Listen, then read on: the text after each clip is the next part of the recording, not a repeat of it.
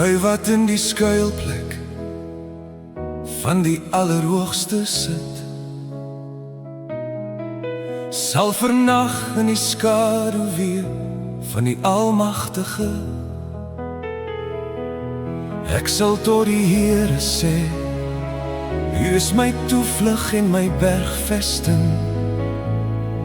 my God op wie ek vertrou, want U is die een wat my red uit die net van die voelvanger van die verderflike pes. Omdat ek U lief het, daarom sal U my red. U sal my beskerm,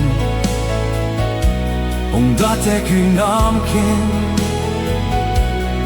Ek sal U aanroep en U sal my verhoor. In die nood sal ek by U skuil, met lengte van dae sal U my versadig.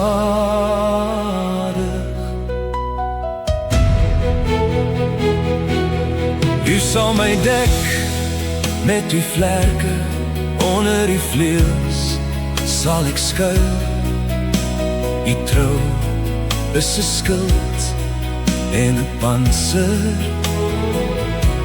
Ek hoef nie te vrees vir die skrik van die nag, vir die pyl wat bedags vlieg, vir die pes wat in die donker nagte wandel, vir die siekte wat op die middag verwoes. Omdat ek U lief het, daarom sal U my red. U sal my beskerm, omdat ek U naam ken. Ek sal U aanroep en U sal my verhoor. In die nood sal ek by U skuil, met lengte van dae sal U my versadig.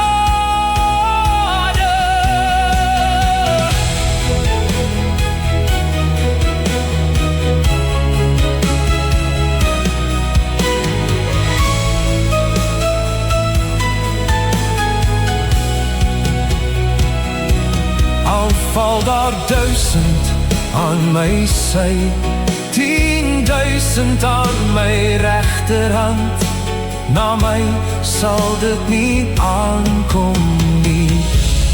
Net met my oog sal ek dit aanskou, die vergelding van die goddelose sien.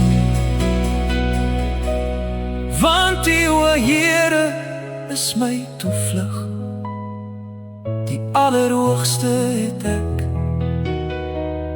my beskutting gemaak. Geen onheil sal my tref, geen plaag naby my tent kom nie. Omdat ek U lief het, daarom sal U my red.